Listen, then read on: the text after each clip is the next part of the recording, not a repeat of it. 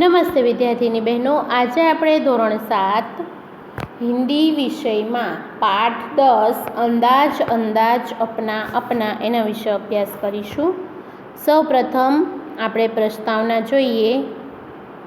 किसी भी विषय के संबंध में तर्कपूर्ण सोचना या चिंतन करना, मनन करते हुए अपनी बातों को प्रकट करना तार्किक चिंतन कहलाता है।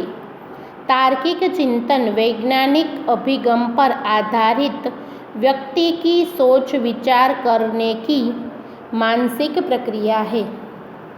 इस मुक्त चिंतन में व्यक्ति अपने जीवन के अनुभव, मान्यताएं और दृष्टिकोण का उपयोग माहिती का पृथक्करण करने के लिए करता है और माहिती की सत्यता तक पहुंचकर निर्णय लेता है। प्रस्तुत इकाई में तार्किक चिंतन के बहुआयामी सोच का विकास विस्तार हो ऐसे वैविध्यपूर्ण कुछ अभ्यास रखे गए हैं। एमां सौथी पहलो अभ्यास है दिमागी दौड़। हवे आपणे वांचीए। भावेश भाई वकील है। वह अपनी पत्नी लीला और पुत्र ब्रज के साथ सूरत में रहते हैं। छोटा परिवार सुख का आधार होता है। उनका जीवन भी खुशहाल था। एक बार दीपावली की छुट्टियों में वे तीनों अंबाजी गए। 4 दिन तक वापस आकर देखा तो चौंक गए। उन्होंने देखा कि घर के बाहर जो बगीचा है उसके पेड़ पौधों के कई फूल पत्ते झड़ गए हैं। घर के अंदर जाकर देखा तो पूरा कमरा धूल से खराब हो गया था। दीवार पर की लीला और ब्रज की तस्वीरें भी नीचे गिर गई थी और टूट गई थी। नन्हे मुन्ने बच्चों, ऐसा क्यों हुआ होगा? वे समझ नहीं पाए। आप बड़े अक्लमंद हो, आप ही उन्हें बताइए।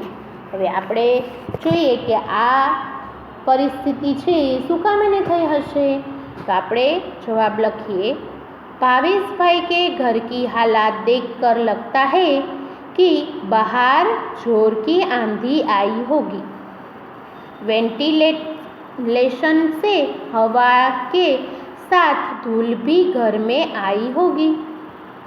भूकंप का हल्का झटका आया होगा जिसकी वजह से लीला और ब्रज की तस्वीर गिर गई। खिड़की खुली रह गई होगी इसलिए धूड़ आ गई। दरवाज़ा खुला रह गया होगा। चोर आया होगा और जल्दबाजी में कुछ चुरा कर चला गया होगा। बड़े चूहों ने अंदर घुसकर शरारत की होगी। એટલે આપણે છે આટલા પ્રશ્નોના જવાબ આપણે આપી શકી। ત્યાર પછીનો બીજો પ્રસંગ છે। परेश भाई किसान है। उनकी पत्नी हिरन बहन नर्स है। एक दिन सुबह सुबह हिरल बहन ने पानी के नल के नीचे जल्दबाजी में एक मटका रखा। बाद में नल चालू किया और रसोई घर में चाय बनाने चली गई। चाय बनाने के बाद जब वापस आकर देखा तो मटका खाली था, उसमें पानी नहीं था। हिरल बहन अपने आप पर हंसने लगी। मेरे दोस्तों, आप ही बताइए कि ऐसा क्यों हुआ होगा?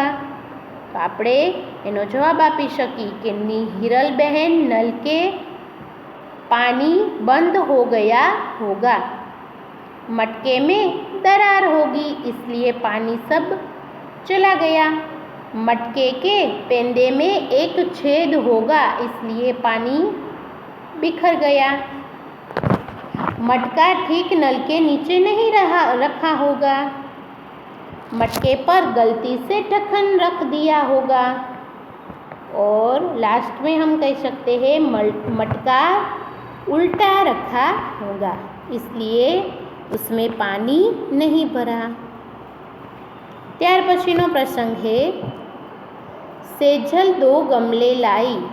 उसमें तुलसी के पौधे थे। दोनों पौधे लंबाई, चौड़ाई और ऊंचाई में एक समान ही थे। 1 महीने के बाद दूसरे गमले का पौधा बड़ा हो गया, जबकि पहले गमले का पौधा तब भी उतना ही था जितना 1 महीने पहले। मेरे भोले भले भेजाबाज दोस्त, ऐसा क्यों होगा? तो આપણે એવું કહી શકીએ કે सेजल के पहले गमले का पौधा बड़ा नहीं हुआ क्योंकि वह गमले का पौधा प्लास्टिक का या नकली था। उसमें पानी की कमी रह गई होगी, उसे जरूरी हवा या प्रकाश नहीं मिला होगा। किसी भी पौधे को किसी ने उस पौधे को काट लिया होगा। पौधे में मिट्टी नहीं डाली होगी। गमले में उचित मात्रा में खाद नहीं डाली होगी। ત્યાર પછીનું છે તર્ક કી લગામ કલ્પના કે ઘોડે। હવે આપણે આ પ્રસંગ વાંચીએ। आप साइकिल पर स्कूल जा रहे हैं। रास्ते में देखा तो एक आदमी हाथ हिलाकर आपको रुकने का इशारा कर रहा था। आप रुके। उसने कहा कि बगल वाले गांव में मेरा जाना ज़रूरी है। आपने उस आदमी को साइकिल पर बिठाया और पास वाले गांव तक पहुंचाया। वहां जाकर आपको पता चला कि वहां एक जादूगर का कार्यक्रम होने वाला और वह आदमी उसका सहायक है। उस आदमी ने आपको जादू के खेल देखने का अनुरोध किया, पर पाठशाला पहुंचने में देरी हो जाए यह सोचकर आपने मना कर दिया। इस आदमी ने सारी बात जादूगर को बताई।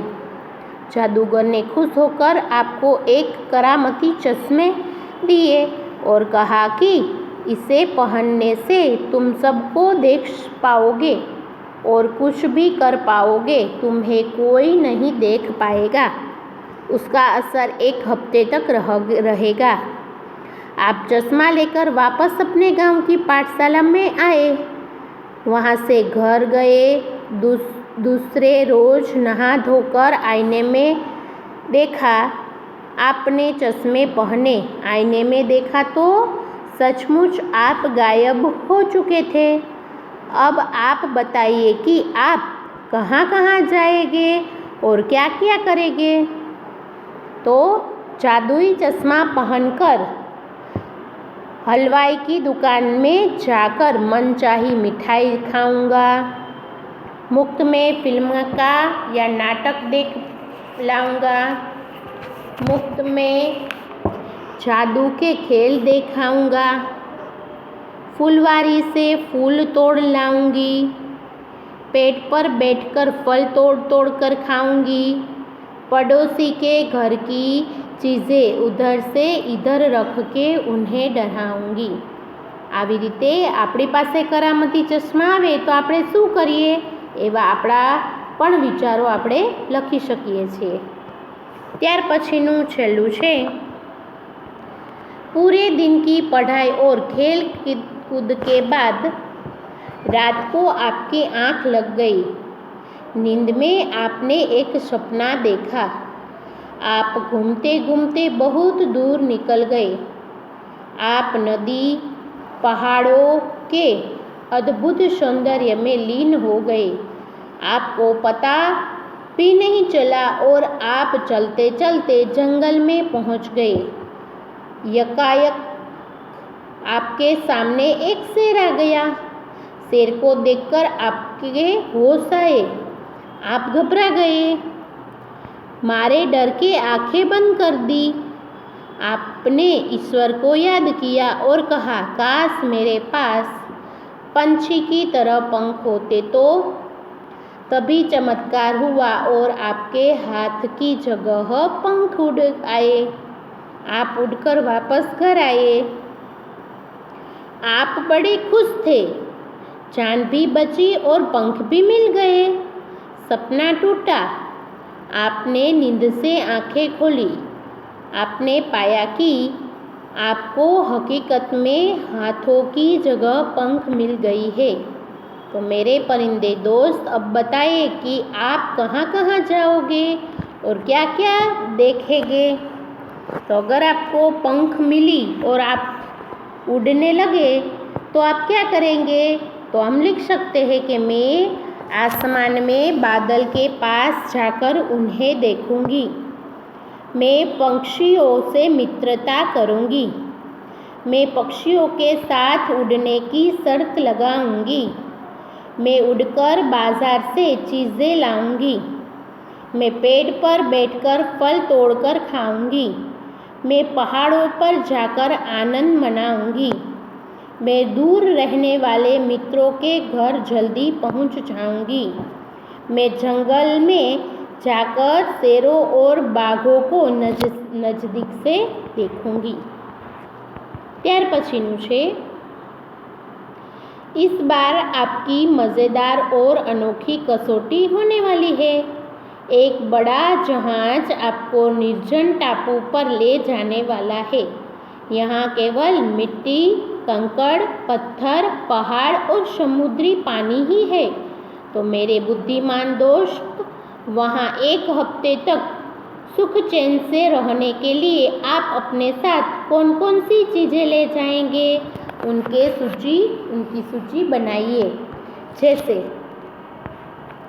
हम द्वीप पर सुख चैन से रहने के लिए अपने साथ काफ़ी कपड़े ले जाएंगे। खाने के लिए बिस्किट, पॉपकॉर्न, सेव आदि सूखे पदार्थ ले जाएंगे।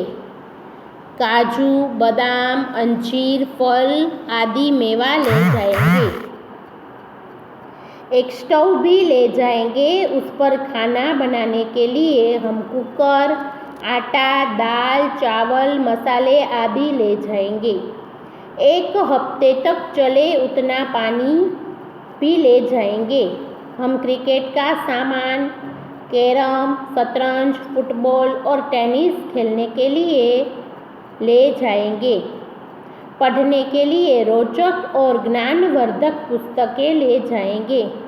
एक कॉपी ले जाएंगे जिसमें उस द्वीप पर मिलने वाली वनस्पतियाँ, वहाँ के पक्षियों, प्राणियों के बारे में जानकारी लिखेंगे।